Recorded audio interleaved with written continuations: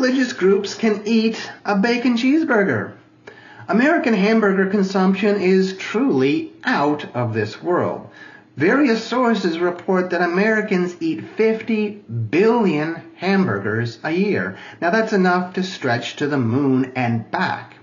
But who can take a bite of this American classic, the bacon cheeseburger? Hello, I'm Dr. James Rowell, and today let's take a look at a simple and fun issue.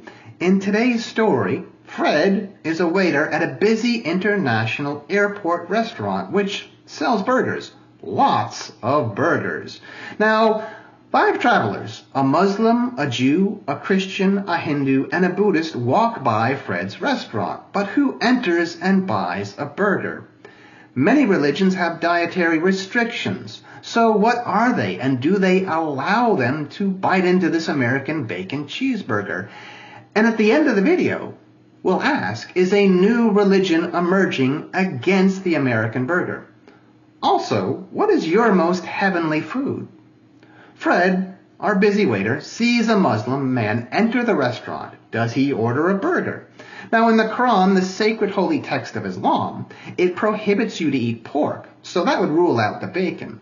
Since Muslims believe that the Quran was dictated to Muhammad by God via the angel Gabriel, that's a pretty good reason for them not to eat pork. Surah 2, 173 reads, "He has forbidden Eucharian blood and the flesh of swine, also any flesh that is consecrated other than in the name of God, but whoever is driven by necessity, intending neither to sin nor to transgress, shall incur no guilt." God is forgiving and merciful. End of that quote. So if your life depended on it, you might be able to eat it, but the Quran generally forbids Muslims to eat pork, so take the bacon off that burger. He might order a cheeseburger, but not with a bacon. Next, an Orthodox Jew enters the restaurant. Does he order a bacon cheeseburger? Jews also have a prohibition on pork, which comes from Leviticus 11. The prohibition on pork is repeated in Deuteronomy 14:8.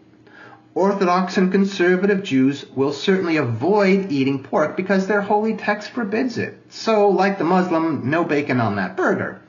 What about the cheese?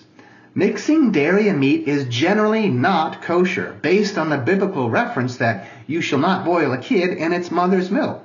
This is repeated at least 3 times in the Bible: Exodus 23:19, Exodus 34:26, and Deuteronomy 14:21. So no cheeseburger for the Orthodox Jew. He might order a regular hamburger, however.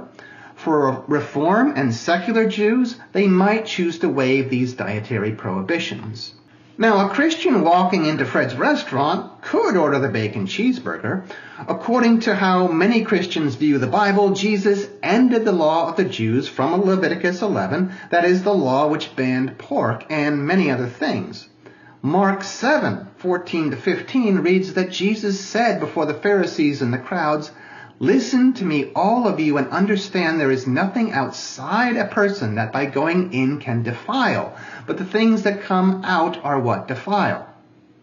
So you might view this as a very pragmatic rule. It's not what a person eats that is corrupting, but the contamination comes from the bad words or ideas coming out of their mouth. Paul's first letter of Timothy 4:4-5 also suggests that all foods are clean, but not all Christians would order the bacon cheeseburger. Whether kosher Jewish laws should be followed by Christians was debated in antiquity, but today most Christians have left those laws behind. Some Christian sects today do still have prohibitions which may discourage meat consumption. On average, however, the Christian is most likely to order that bacon cheeseburger. What if a Hindu entered the restaurant?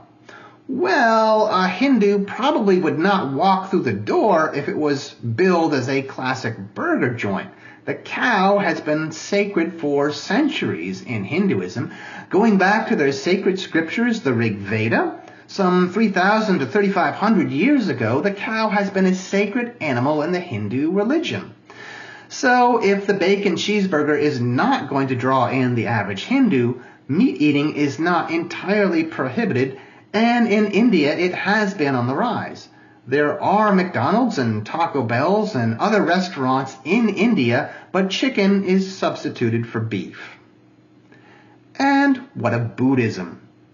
Buddhists do not have the same specific restrictions on beef that Hindus do, but Thailand, which is overwhelmingly Buddhist, eats very little beef. One source reported that India and Thailand are at the bottom of the list of world consumers of beef, consuming 1 kilogram or less of it per capita annually.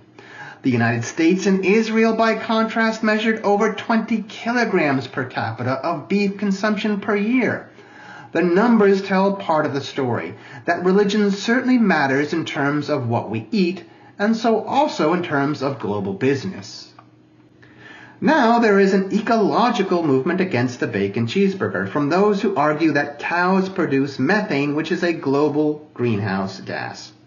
Some people refuse to eat a burger, not for religious reasons, but for their ecological beliefs. It has become something of a secular religion against the burger. What do you think of that view? Should we care more about what God or what science thinks about what we should eat? The simple act of eating is intensely personal, but now it has become political. Does anyone have the right to tell you what to eat? I certainly hope not. But leave your answers in the comments below.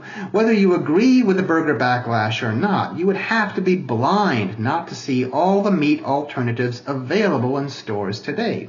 The burger business, or burger alternative business, has become huge. It is already a $20 billion industry and projected to grow. So, what do you think? Does it matter what you eat? For my part, from a religious standpoint, it is difficult for me to imagine an all-knowing God who would condemn a person based on what they ate. But the issue certainly steps into sensitive ground. Of the 5 people who came to Fred's restaurant, the Christian would be most likely to order the bacon cheeseburger and the Hindu the least likely. Does it matter what we eat? If there were a food in heaven, what would be your first heavenly meal? What food from earth is like a taste of heaven? Please leave your thoughts in the comments. Please like this video and hit that subscribe button.